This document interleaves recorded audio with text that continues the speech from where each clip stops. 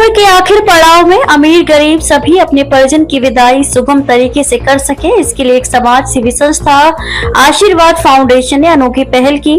अंतिम यात्रा रथ स्वर्ग रथ बोईसर वासियों को भेंट किया। यह सेवा अंतिम यात्रा के लिए सभी को निःशुल्क बिना किसी प्रकार के फ्री ऑफ चार्ज प्रदान की जाएगी। पालघर जिले के बोईसर शहर में एक पान पट्टी दुकानदार के अनुसार शहर में खुलेआम गुटखा तंबाकू की बिक्री हो रही है। हमारे पत्रकार ने जगह जगह जाकर स्वयं जानकारी हासिल की और पाया कि बोईसर और पालघर के अंदर आज भी खुलेआम पान पट्टियों में बिक रहा है गुटखा और स्थानीय पुलिस इस काम के लिए उनसे दुकानदारों से हफ्ता लेती है। हमारे जिले के पुलिस अधीक्षक से निवेदन है कि इस मामले में सख्त कदम उठाए जाएं। पालघर जल जीवन मिशन घोटाला करने वाले अधिकारियों और ठेकेदारों के खिलाफ त्वरित और कठोर कार्रवाई की जाए, माजी आमदार राजेश पाटिल ने कहा। होटलों पर अतिरिक्त कर की मार पड़ रही है, वसई होटल एसोसिएशन विरोध करेगा। बोईसर की कुमारी दिया धर्मेंद्र प्रताप सिंह बनी मुंबई यूनिवर्सिटी टॉपर, लोगों ने दी बधाइयां। पालघर जिला बोईसर ईस्ट डांडीपाड़ा क्षेत्र में करंट लगने से 2 पशुओं की मौत, एमएसईबी अधिकारियों पर फूटा किसान का गुस्सा। पालघर जिले के मनोर गांव की किराना दुकान से बड़े पैमाने पर गुटखा जब्त हुआ। महाराष्ट्र कृषि दिवस पर सभी को हार्दिक शुभकामनाएं।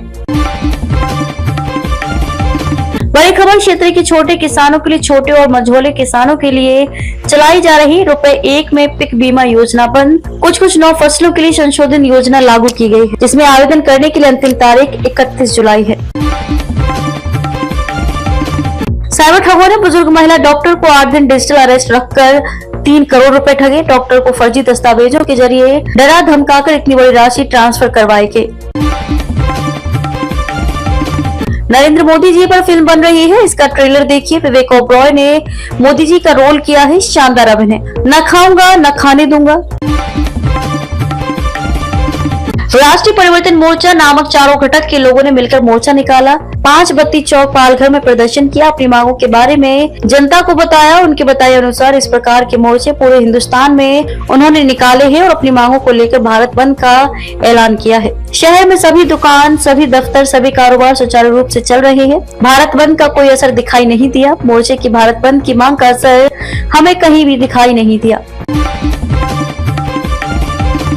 माजी मुख्यमंत्री श्री बसंत राव नायक की जयंती के अवसर पर समाज सेवक अमोल पाटिल, पत्रकार रवि राठौड़, सुभाष दादा समाज सेवक शहर के गणमान्य लोग बसंत राव नायक चौक पर एकत्रित हुए और पुष्प अर्पित किए, उन्हें याद किया।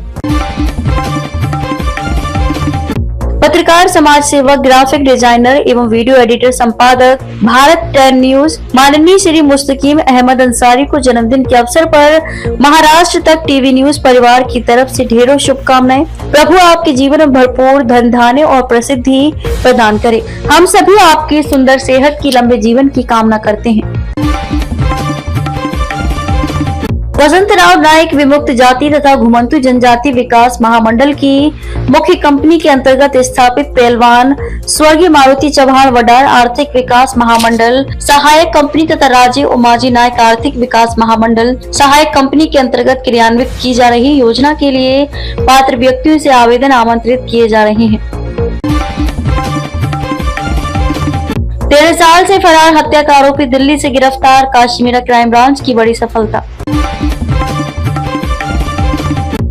12 साल बाद पकड़ा गया एक हत्या का आरोपी गोविंद कुमार उर्फ जगत नारायण चौधरी, उम्र 34 वर्ष। आरोपी ने सुरेश कुमार सूर्य नारायण चौधरी नाम के युवक की भाईंदर उसके घर में घुसकर 12 वर्ष पहले निर्मम हत्या की थी।